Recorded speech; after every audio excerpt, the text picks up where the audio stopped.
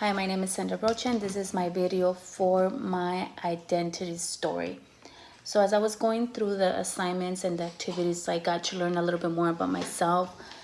What are some of the stuff that influence the person that I am today, the positive and the negative.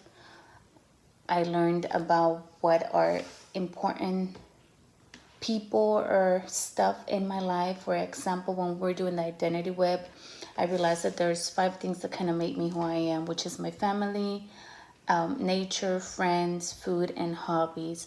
Everything else revolves around that. Like my family is, I could say, the number one thing in my life, which includes my kids, my parents, and my brothers.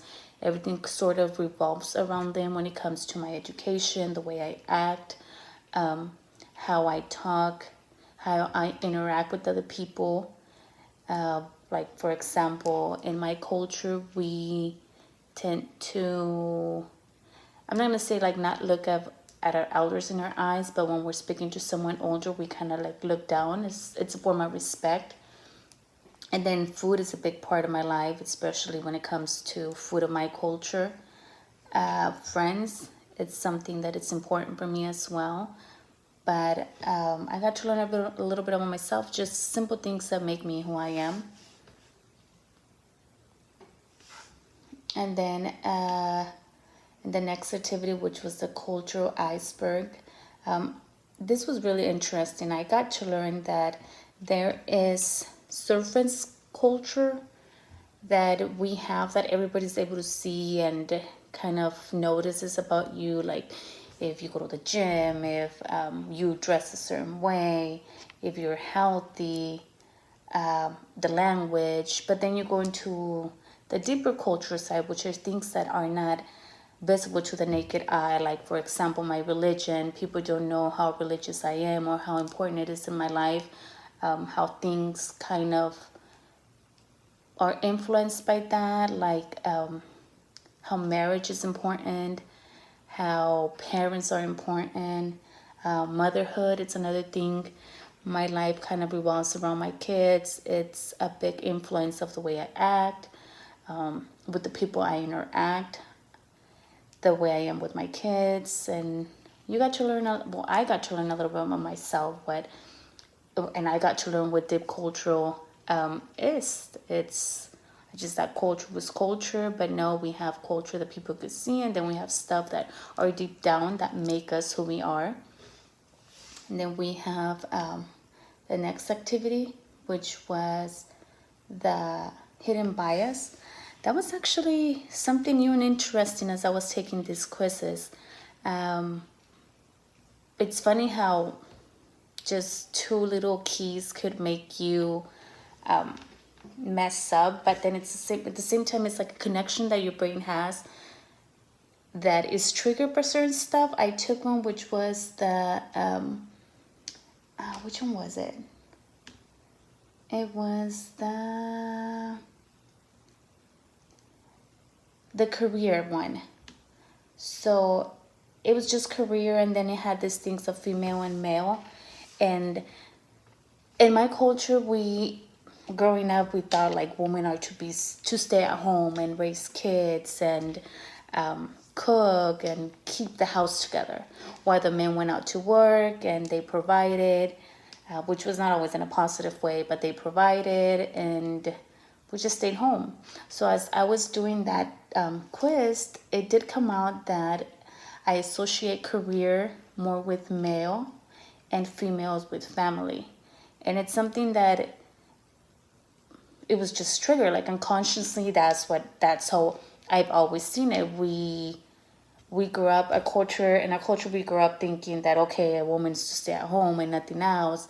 We don't think about education. And it's funny how unconsciously, even though I may say no, girls or women to go to school and better themselves, my culture still plays a big part of me, and unconsciously I don't realize it how much.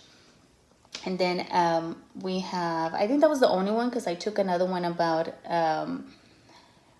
which another one about if I had a preference between fat people and thin, and that one came out that I had no preference in either one, and the other one was about if I had preference on a religion, and it also came out that I didn't, which was pretty good. I mean, it wasn't something that I was biased about, but it was really interesting to like to know a little bit about myself. And then some of the stuff, the essence that I have, again, it will be family. I have, I guess I just have like a sense of purpose of who I am, of who I want to become, what is important to me, how am I going to reach those goals and support them. And I think one of them that I had was adult relationships. I don't interact with a lot of people. Like I said, mostly it's my family, but I don't have many friends. I don't interact with people from another cultures. I live in a town where mostly everyone, if not everyone, is Hispanic. So I'm still in this protected bubble where I don't have to think so much about culture. Like that was one of the questions about race. That was one of the questions in one of the videos one of the lessons, and it was about if we ever think about race or. And I don't, because I lived in this town where everybody's Hispanic and I could speak my own language. We have same traditions. Mostly everyone's Catholic. So I don't give it much thought to it. But then again, it kind of keeps me in this place where I don't interact with other people.